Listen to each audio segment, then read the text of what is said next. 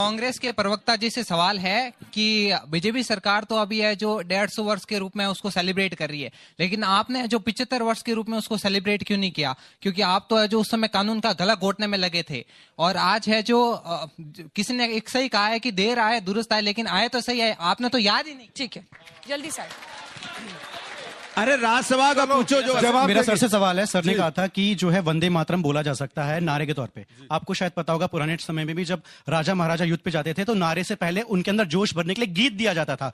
तो वंदे मातरम का गीत जोश भरने के लिए था, तो उसमें क्यों कटनी छटनी की गई? वो पूरा 6 स्टैंजा का गीत क्या जोश नहीं भर सकता था? बहुत सुंदर। क्या यही सवाल था? और कोई इधर से? अंजना जी, अब इस हिस्से से आप आइए। जय भवानी। आज जब यूनिटी की बात होती है, माइक मैंने पकड़ा। ओके सॉरी, आज जब यूनिटी की बात होती है तो वंदे मातरम जैसे नेशनल एंथम को रिस्ट्रिक्शन क्यों लगाए गए हैं? ठीक। और इधर से आप आइए, आगे आइए मैम, आइए। भाई उधर से लड़के बच्चे भी नारेबाजी करने लगे, मान नहीं रहा अंदर का। आ रही हूँ। पार्लियामेंट में भी एक बार इनको सुन के भेजेंगे। बोलो राज्यसभा में भी। सवाल सुनिए। अरे भदौरिया जी, दोनों पार्टियों से है कि वंदे मातरम बोलने में और ना बोलने में क्या दिक्कत है, और वंदे मातरम में जो काटा गया है, जो शब्द या जो भी लाइनें हैं, वो क्यों काटा गया है? अब बोलिए। बहुत बढ़िया बोल रहा हूँ, आप बोलिए। बोल रहा हूँ। देखिए मैंने इनसे बोला साफ साफ। अच्छा, एक आखिरी सवाल उधर से, एक आखिरी सवाल उस बच्ची से। क्या ये वंदे मातरम बोलने से जो हमारे देश के प्रति प्रेम है वो कम हो जाएगा? बिल्कुल सही। किससे पूछ रहे हैं ये तो बताइए आप लोग। आइए जल्दी से। कौन कौन यहाँ नारा लगा रहा था? मेरा कांग्रेस के स्पोक पर्सन से क्वेश्चन है, नेहरू जी की क्या मजबूरी रही होगी या किसको खुश करना था कि उन्होंने 1937 में वंदे मातरम के 5 स्टेंजास को काटा था? बहुत बढ़िया। लिख के लाए हो? गूगल किए हो? क्या किए हो?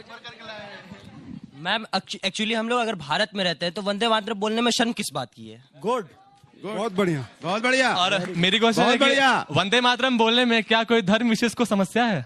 किसी को विभाजन करवा दिए यार देश का, और क्या? मैम वंदे मातरम हमारे देश की आजादी की लड़ाई की रगों में दौड़ता था, फिर आज इससे किसे एलर्जी हो रही है? बस क्या बात है, क्या बात है। बहुत एलर्जी वाले कितने लोग? मैं आ रही हूँ, 2 सवाल उधर से भी लेने दीजिए। अंजना जी, कितने लोग हैं जो ये मानते हैं कि वंदे मातरम को लेकर अगर ये मनाया जा रहा है जश्न तो ये अच्छा है और इस पर चर्चा होनी चाहिए? कितने लोग ये मानते हैं? हाथ उठाइए।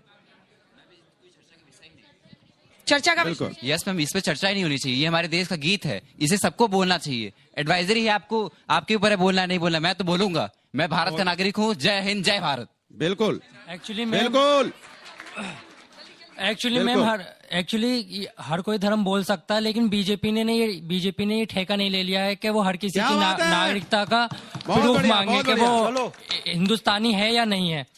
वहीं से ये सवाल आता है जो मैंने आपसे पूछा था कि संविधान उनको आजादी, नेक्स्ट राउंड में आ रही हूँ, संविधान उनको आजादी तो देता है मौलाना जी को कि बोले ना बोले। एक बार शुरू इनसे करते हैं क्योंकि ज्यादा सवाल इनके लिए हैं, फिर कांग्रेस से देखिए अंजना जी, मैं फिर दोहराता हूँ, छोटा जवाब। मैं बिल्कुल छोटा जवाब दे रहा हूँ और मैं फिर दोहराता हूँ, और मैं देश के नागरिक के नाते कह रहा हूँ, आपको मेरे को गलत कहना है, मुझे गलत कहिए। आपको मेरे को सजा देनी है, मुझे सजा दीजिए। आपको मुझे जेल में डालना है, मुझे जेल में डालिए। पर इस देश के जिस नारे की गूंज के लेकर के देश के स्वतंत्रता संग्राम में शहीद होने वाले हमारे सेनानियों ने अपनी जान दी है, अगर उसको कोई आज के समय में नहीं गाएगा, मेरे लिए वो इस देश में रहने के लायक नहीं है। इसमें कोई दो राय नहीं है।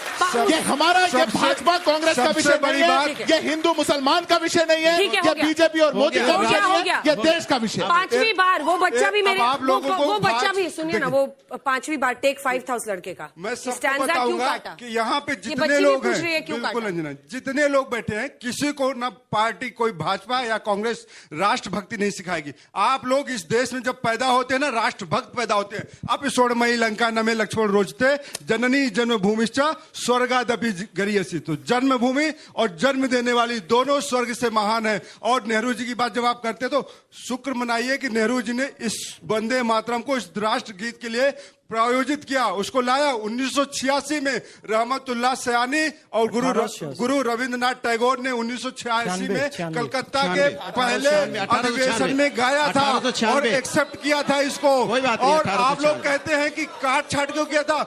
आप लोग यहाँ पे बैठे कितने लोगों ने वंदे मातरम गीत पूरी पहले पूरा गाया है? बताइए कितने लोगों ने गाया है? हमने। बहुत बढ़िया। ये देखिए, दिखाइए भाई, हाथ दिखाइए इधर कितने का। लोगों ने गाया? सारे बच्चे हाथ उठा रहे हैं। कितने लोगों ने गाया? सबने गाया है ना? किसी ने रोका नहीं है कि आप पूरा गाइए, आधा गाइए, इसमें कोई रोक नहीं लगेगी। अब ये रोक लगाएंगे वंदे मातरम पर। सुनिए, वो लोग हैं नरेंद्र वंदे मातरम पर रोक लगाएंगे। एक मिनट चुप। एहसान हो गया, नरेंद्र मोदी जी बोलोगे चुप। एहसान हो गया ये वंदे मातरम पर। नरेंद्र मोदी जी बोलोगे। वंदे मातरम पर रोक नरेंद्र मोदी जी वो है तेज आवाज में बोलेंगे, हमारे कोई घर रोक में नहीं लग मुसलमान सकती। रहते थे आसपास, हमारे घर में ईद में सेवैयां और खीर आती थी, नरेंद्र मोदी जी कहते थे मुसलमानों के बीच में रह के सुरक्षित होते थे। और योगी जी कहते हैं अगर 50 हिंदुओं के बीच में एक मुसलमान होगा वो सुरक्षित रहेगा, लेकिन 100 हिंदू 6 बार पूछो, 50 मुसलमानों के बीच में एक हिंदू रहेगा तो सुरक्षित नहीं रहेगा। ठीक है, फैज खान साहब जल्दी से इसके बारे में बोलो। भैया 1896 में कांग्रेस के अध्यक्ष रहमतुल्लाह सियानी जी थे, पूरा वंदे मातरम गाया गया था। जब नेहरू जी के हाथ में शक्ति आई और जब इस देश के प्रधानमंत्री बने 24 जनवरी 1950 नेहरू जी को जितनी राष्ट्र गीत में काट छाट करके उसे आधा क्यों किया गया? नेहरू जी ने संविधान में कहीं नहीं लिखा है कि आधा गाना है, पूरा गाना है। लिखा हुआ, फिर से कह रहा हूं, दोबारा कह रहा हूं, संविधान का अनुच्छेद 51 का बिंदु खा क्लियर लिखा हुआ है कि स्वतंत्रता आंदोलन को प्रेरित करने वाले आदर्शों को अपने हृदय में संजो कर रखना है और उसका पालन करना है। स्वतंत्रता आंदोलन को वंदे मातरम ने प्रेरित किया तो उसे गाना संविधान में लिखा हुआ है, उसको राष्ट्रगीत के तौर पे मान्यता दिया गया। पूरे देश ने एक साथ गाया और एक स्वर में गाया और अंग्रेजों के खिलाफ लड़ाई लड़ी। क्योंकि इनको तुष्टीकरण करना था, जो तुष्टीकरण जिस वर्ग का करना था उन लोगों ने पाकिस्तान ले लिया। उसके बाद भी यहाँ क्यों तुष्टीकरण कर रहे हो? पूरे वंदे मातरम गाने क्यों नहीं दे रहे हो? उसमें काट छाट क्यों कर रहे हो? इस प्रश्न का उत्तर आपको देना होगा। अंजना जी के प्रश्न से लेकर सारे युवाओं का प्रश्न, वंदे मातरम अब हम बोल रहे हैं क्यों की? अच्छा ठीक, देखिए सवाल ये, अरे एक मिनट बात हो जाए। पाकिस्तान कब जाएंगे? इनको अरे मेरी बात से बड़ा, अरे बात जल्दी से प्लीज, फिर चक्कर में केरल में कांग्रेस ने को हत्या की है। क्या बात कर रहे हो आप लोग? पाकिस्तान ये तो बगल वाले आपको पाकिस्तान भेज रहे हैं, ये तो पाकिस्तान भेज रहे हैं आपको। जा नहीं रहे आप और कह रहे हो कि नेहरू जी ने तुम्हारे चक्कर में नहीं आएगा। रहमतुल्लाह सियानी वाला जो था ना 1896 में, पूरा आपको चाहिए वंदे मातरम। बंकिम चंद्र चट्टोपाध्याय वाला पूरा आपको चाहिए। पाकिस्तान भेजेंगे तुम्हारे पड़ोस में जो खड़े हैं। देखिए सवाल इस बात का है कि किसी ने यहाँ पे पाकिस्तान का नाम नहीं लिया, किसी ने पाकिस्तान का नाम लिया है तो उसने लिया है। हाँ क्यों लिया है? सुनिए मेरे, मैं आपके बीच में नहीं बोला, रुको भाई, और मैं बोलूंगा, रुको, नहीं चुप, अंजना जी चुप कराइए, मैं इनसे ज्यादा बोल सकता हूँ, क्या बात हुई? अरे चुप रहो भाई, नाटक मत करो, चुप हो जाओ, मैं आपके बीच में नहीं बोला। अच्छा नाटक मत करो, चुप रहो ना। अरे अंजना जी चुप कराइए, क्या बात है ये? अरे चुप रहो ना, मैं आपके बीच, अरे चुप रहो। ये वो लोग हैं, ये वो लोग हैं जब तक पाकिस्तान का, अरे चुप कराइए, क्या अंजना जी किस लोगों को बुलाते हो आप? जाहिल हो क्या? मैं आपके पीछे बोला नहीं, बेकार बात कर रहे हो। अरे चुप रहो भाई, मैं आपके पीछे बोला नहीं, हल्ला मचा रहे हो। ये अरे चुप रहो ना भाई, जाहिलपना मत करो भाई। देखिए ये वो लोग हैं वंदे मातरम जो बार बार, ठीक है फैज खान साहब, इसको बुला लिया है। फैज खान साहब, देखिए ये वो लोग हैं जानबूझ के, सबने यहाँ पे बोला वंदे मातरम, आपने भी बोला, हमने ही बोला, इन्होंने बोला, सबने बोला, सबने बोला, एक मिनट, सबने बोला वंदे मातरम। एक मिनट रुको ना, मेरी बात होने दीजिए, मेरी पूरी बात होने दो, अरे पूरी बात होने दो। उनके लिए सोच वंदे मातरम, सुनिए मेरी बात सुनो ना, अरे बात होने, आप बताइए ये कैसी डिबेट है? बात होने दो ना, अरे बात होने दो भाई, वंदे मातरम मेरी, अरे बात होने दो, अरे मेरी बात सुनने दो, पूरी बात, अरे बात सुनो ना भाई, अरे मेरे बच्चे सुन लो, सुनो। अब सवाल ये है कि वंदे मातरम, अरे रुको, बात ऐसे अंजना जी कैसे बात होगी? ये तो कहें तो गलत बात है। ठीक है फैज खान साहब, अब हो गया, प्लीज फैज खान। अंजना जी मेरी बात नहीं होगी तो कैसे? अरे कुछ क्यों ना अंजना जी, ये गलत बात है, मैं अपनी बात पूरी नहीं कर पाऊंगा। आप ही से सवाल है, आप ही से। मैं ये कह रहा हूँ, हमारी पार्टी जो है, हमारे सबने, इन्होंने भी बोला, उन्होंने भी बोला, और इनकी पार्टी के इन दोनों लोगों ने बोला वंदे मातरम, इन्होंने क्यों नहीं बोला? अच्छा अब सुन लो ना, अब हो गया, अच्छा अब हो गया, अब बात पूरी होने दो, जगह पे जाइए, जगह पे जाइए, बात, अरे चुप कराइए ऐसे, अब हो गया, चुप हो जाओ, बैठ जाओ। अरे बच्चे बैठो आराम से, देखिए आराम से, ठंडा। अरे सवाल पूछे भाई, क्या डिबेट? जब हमारे पुरखा युद्ध लड़ने जाते थे, हमारे जितने भी बड़े बुजुर्ग हैं, वो जय भवानी, जय वंदे मातरम सब बोल के जाते थे। इनका क्या बोलते? अच्छा एक मिनट, ठीक है, हो गया, एक मिनट, अंजना जी, अंजना जी, अंजना जी, ये तो अन्याय है ना। अगर हम लोग बोलने को खड़े हुए हैं, बोलने नहीं देंगे, उनको बुला लिया बोलेंगे। अंजना जी, ये तो गलत बात है। हम लोग, अंजना जी देखिए, गलत बात है, ये गलत बात, अन्याय है। वो पूरा बोलेंगे, हम लोग बोलने जाते हैं, आप उधर चले गए, इधर चले गए। जवाब देना है, नहीं देना है? हम लोग अपनी बात करना, नहीं, हम लोग अपनी बात कहना चाहते हैं। नहीं, सवाल ये है, हमने 1 मिनट में बात पूरी हो जाए। अब उनको भदौरिया जी को बोलिए। एक बात, अरे भदौरिया जी को बोलिए। एक बात आपको बता दूं, आप मोहब्बत से बात करो, घमंड से नहीं। पहली बात, 1 मिनट सुनो, सुनो सुनो सुनो, बैठो। अरे आराम से, आराम से, आराम से बैठ जाओ। मैं घमंड से बात नहीं कर रहा। सुनो, अगर आप बंदे, तुमने कैसे कह दी आप, मैं भी इन्होंने बोला, सुनो मैं जवाब देता हूँ तुमको। इन्होंने बर्दाश्त नहीं करता किसी का। बैठ जाओ। ये ऐसे खड़े हुए, इन्होंने बोला, नहीं बोलूंगा। जिसमें दम है मुझे निकाल के दिखाओ देश से बाहर। अगर ये वंदे मातरम ना बोलेंगे तो हमारा अधिकार है देश से बाहर निकालने का। हाँ चलो ठीक है, निकाल देना। अब सुनो, नहीं नहीं, अब I will not allow this. Please wait, I will stop clapping. I will not allow this. Please sit down. Please sit down. अब मैं सीरियस नोट पे आप लोगों को बोल रही हूँ, just calm down. मेरे ख्याल से इस तरह की डिबेट ना मैंने 14 साल में की है और मैं कभी करूंगा। सुनिए, जहां तक वंदे मातरम का सवाल है, जहां तक वंदे मातरम का सवाल है, वंदे मातरम का होता है जमीन को पूजा करना। हम अपने रब को पूजते हैं और हिंदुस्तान की जमीन पर सजदा करते हैं। इससे ज्यादा जवाब हम नहीं दे सकते। जिस जमीन पे माथा दिखाते हैं उसकी जय नहीं बोल सकते। आपने राज्यसभा में वंदे मातरम बोलने से हमें क्यों रोक रहे हैं आप? हम अगर कोई बात हमें नहीं अच्छी लगेगी तो हम वंदे मातरम कह के चले जाएंगे। आप वंदे मातरम से मुझे रोकना चाह रहे हो, मुझे ज्ञान दे रहे हो कि वंदे मातरम बोलना चाहिए। हम तो बोल ही रहे हैं, आप बोलने से क्यों राज्यसभा में रोक रहे हो? सवाल ये है, तो आप क्या देश में रहने लायक हो? मैं जवाब दे दूं? हाँ, बताइए। मैं जवाब वो बोल रहे हैं, उसके बाद जवाब लूंगी आप दोनों। एक लाइन देखिए, मैं एक लाइन नहीं उस पर बोलेंगे। मैं एक छोटी सी गुजारिश करूं। सुनिए झा साहब, मैं 14-15 साल हो गए मुझे टीवी की दुनिया में।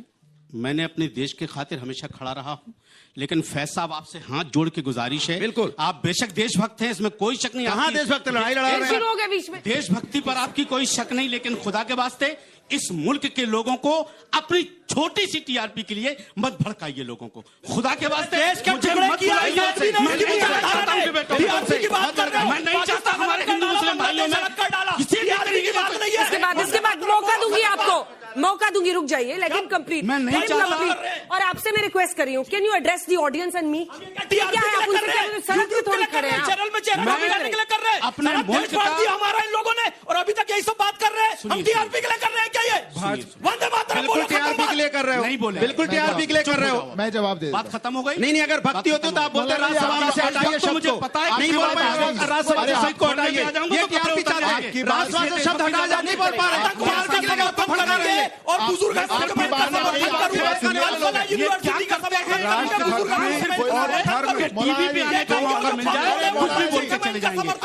जो लोग इस मुल्क में पैदा हुए हैं वो अपने मुल्क के लिए आपकी बात आ गई, अब बोल देते हैं। बार-बार 10 सेकंड बोलते हैं। बार-बार एक बात कही जा रही है, एडवाइजरी एडवाइजरी एडवाइजरी। यहां तो कोई एडवाइजरी नहीं है। यहां क्यों नहीं बोल रहे? यहां क्यों नहीं बोल रहे? अरे आपके मैं देखिए, मैं किसी बात की बहुत गंभीरता में आपको लेकर के जा रहा हूं। 1875 में लिखा गया, पूरा गीत था। 96 में गाया गया, पूरा गीत था। 1907 में प्रतिबंध लगा, पूरा गीत था। अंग्रेजों ने 5-5 रुपए के जुर्माने लगाए उन बच्चों पे जो वंदे मातरम गाते थे, पूरा गीत था। 37 में ऐसा क्या हुआ कि नेहरू ने कटनी चटनी कर दी? उस पर जवाब क्यों नहीं आ रहा? पूरी डिबेट निकल करके चली जाएगी, पर आज 150वां वर्ष हम वंदे मातरम का मना रहे हैं। कोई इस बात को कहने को तैयार नहीं है। राज्यसभा में तो ऐसे नारे के साथ, अरे राज्यसभा में तो हटवा दो। मेरी यह गुजारिश है, बोलने दीजिए, बीच में नहीं। मैं अपने देश के हक में बोलना, आतंकवाद के खिलाफ में बोलना, वंदे मातरम के पक्ष में बोलना, क्या यह केवल टीआरपी है कि मेरे दिल की आवाज है? और सुनो, अगर यह दिल की आवाज है और दिल की आवाज कहने से मोहम्मद फैज खान को टीआरपी मिलती है, वंदे मातरम कहने से टीआरपी मिलती है, तो फिर तो मैं और वंदे मातरम बोलूंगा। मिलनी भी चाहिए। अच्छा ये बताओ, टीआरपी किसको मिलनी चाहिए? जो वंदे मातरम बोले उसको टीआरपी मिलनी चाहिए, या जो भारत माता को अपशब्द कहे उसको टीआरपी मिलनी चाहिए? जो वंदे मातरम बोले उसको टीआरपी मिलनी चाहिए। तो हमारे देश का युवा टीआरपी देगा।